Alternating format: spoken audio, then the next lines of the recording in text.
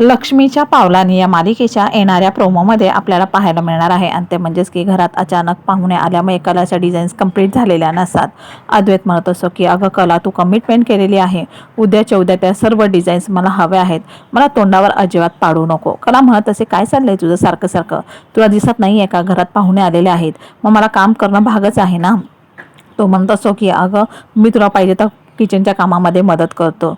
त्यावेळेला ती म्हणत असे, तू काय मला मदत करणार. तो म्हणतो, अरे असं काय म्हणतेस तू, मी देखील तुला मदत करतो म्हणजे फटाफट कामं होऊन जातील आणि तू डिझाईन्स काढून मला देशील.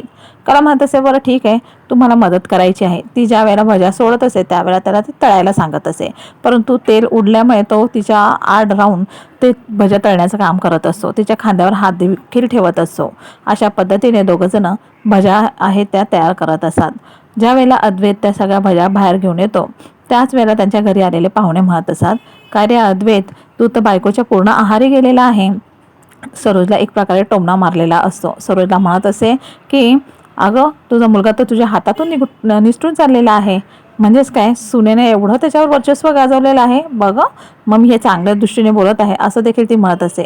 एकाच वेळेला ती दोन्ही गोष्टी सांगत असते. सरोजच्या हे लक्षात आलेलं असतं. रोहिणी मात्र फक्त बघत असे. म्हणजे ती म्हणत असे की माझा जो डाव टाकलेला होता तो सक्सेस झालेला आहे असं म्हणून ती खूपच खुश झालेली असते. अद्वैत म्हणत असतो, चला आता झाले, हे पटापट कधी जातील पाहुणे याची तो वाट बघत असतो. पाहुणे गेलेले असतात.